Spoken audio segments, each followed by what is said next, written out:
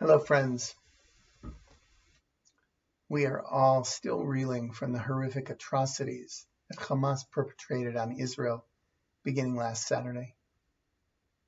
Last night, we gathered in our sanctuary to pray, to grieve, to weep, and to find some comfort in this terrible time simply by being together.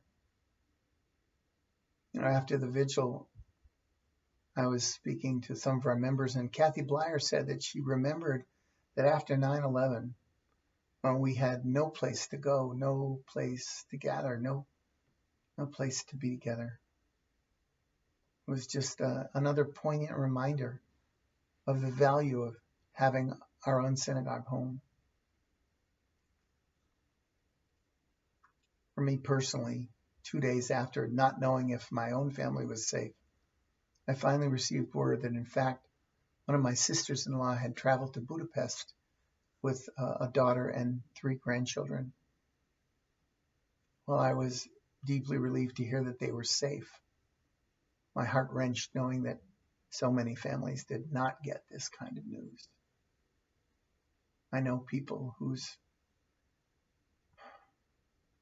children and friends were at the music festival. That was one of the first places Hamas attacked and slaughtered more than 200 young people who'd simply gathered to listen to music and dance. So much grief. I was asked to share a few of the prayers and pieces I offered at the vigil last night with you today. And this is a prayer for Israel in this time of war by Rabbi Naomi Levy. God, our strength and protection, we pray for the state of Israel in this devastating time of war, shock, and grief. Our hearts are breaking, God.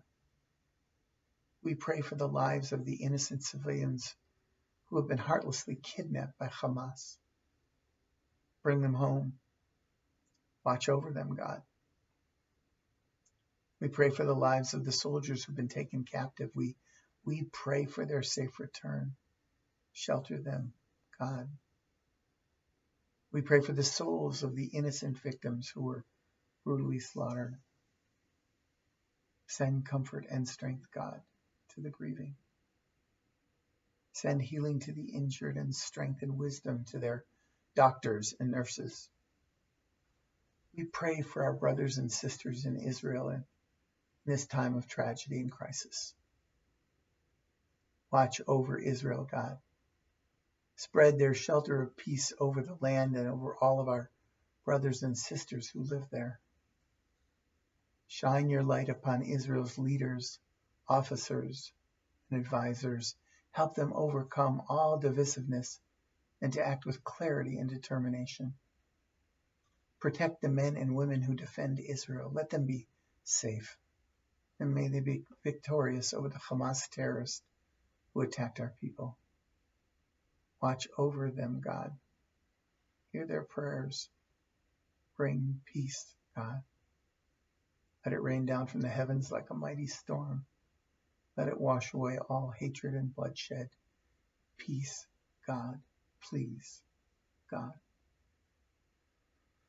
God of the brokenhearted, God of the living, God of the dead, gather the souls of the victims into your eternal shelter.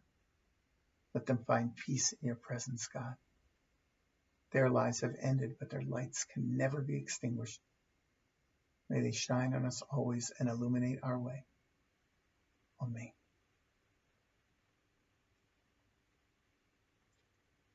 Yesterday, the leaders of France, Germany, Italy, the United Kingdom, and the United States released the following joint statement following their call together. They said, today we, President Macron of France, Chancellor Schulz of Germany, Prime Minister Meloni of Italy, Prime Minister Sunak of the United Kingdom, and President Biden of the United States express our steadfast and united support to the State of Israel and our unequivocal condemnation of Hamas and its appalling acts of terrorism. we make clear that the terrorist actions of Hamas have no justification, no legitimacy, and must be universally condemned. There is never any justification for terrorism. In recent days, the world has watched in horror as Hamas terrorists massacred families in their homes, slaughtered over 200 young people enjoying a music festival, and kidnapped elderly women, children, and entire families who are now being held as hostages. Our countries will support Israel in its efforts to defend itself and its people against such atrocities.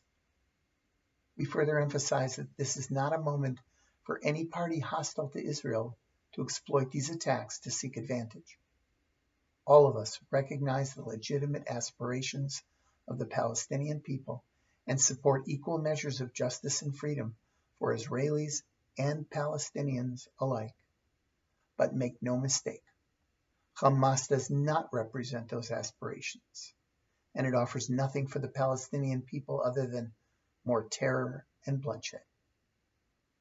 Over the coming days, we will remain united and coordinated together as allies and as common friends of Israel to ensure Israel is able to defend itself and to ultimately set the conditions for a peaceful and integrated Middle East region. Powerful statement. A few of our members have stepped up to form a Beth Chaim committee to respond to the atrocities and the war. Deborah Becker, along with Audra Saul and her daughter Shanna, have called a meeting for next Wednesday, October 18th at 7 p.m. It's a week from tomorrow at 7 p.m. here at Beth Chaim to mobilize resources, encourage a letter writing campaign, and communicate with our members regarding developments. If you'd like to participate in this work, please come to the meeting, or if you cannot, we're going to be sending out an email tomorrow this week with information, and if you can't come, you can simply respond to the email and let our folks know that you want to be a part of this effort. We thank you. We know that there's much suffering ahead as the war will not end tomorrow. Let us stay connected and share what we learn from family and friends on the ground in Israel. That's part of what our committee will be doing. Sharing letters, notes to encourage and support and help us really understand what's going on. We'll be offering an array of opportunities where we can donate money to help in the relief effort and support the many families who are struggling in Israel. If you or anyone you know in our community just needs to talk, please call me. Have them call me. Let's continue to be there for one another during this most challenging time. Stay safe and be well. Shalom uvracha, peace and blessings.